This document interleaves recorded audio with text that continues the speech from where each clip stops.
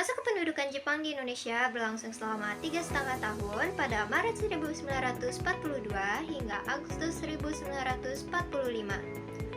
Pada periode ini, Jepang berhasil mengalahkan Belanda dan mengambil alih kekuasaan di Indonesia, yang saat itu dikenal sebagai Hindia Belanda. Dampak kependudukan Jepang di Indonesia memiliki dampak yang signifikan bagi rakyat Indonesia. Ada dampak positif. Yang pertama, meningkatkan kesadaran nasionalisme. Kependudukan Jepang memicu kesadaran nasionalisme di kalangan rakyat Indonesia.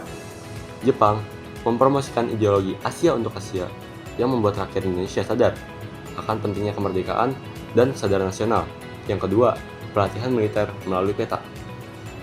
Jepang membentuk peta atau pembela tanah air sebagai organisasi militer yang bertujuan untuk mempertahankan tanah Indonesia.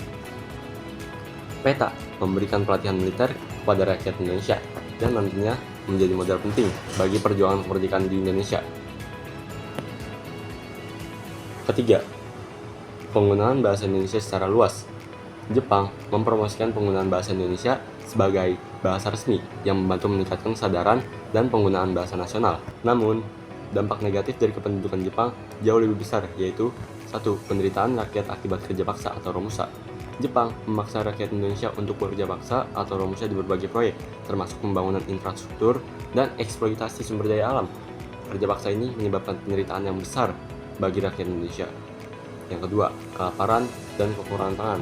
Jepang mengambil sebagian besar hasil pertanian Indonesia untuk mendukung kebutuhan para mereka, menyebabkan kelaparan dan kekurangan pangan di kalangan rakyat Indonesia. Yang ketiga, eksploitasi ekonomi yang parah.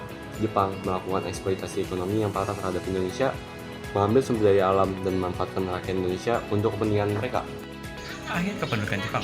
Kekalahan Jepang dalam Perang Dunia Kedua setelah pengumuman Hiroshima dan Nagasaki pada Agustus 1945.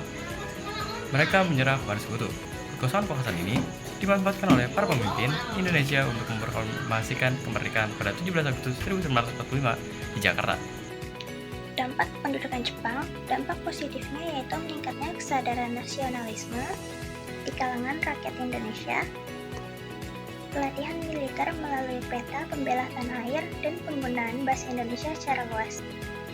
Dampak negatifnya, penderitaan rakyat terhadap kerja paksa romusa, kelaparan, dan eksploitasi ekonomi yang parah.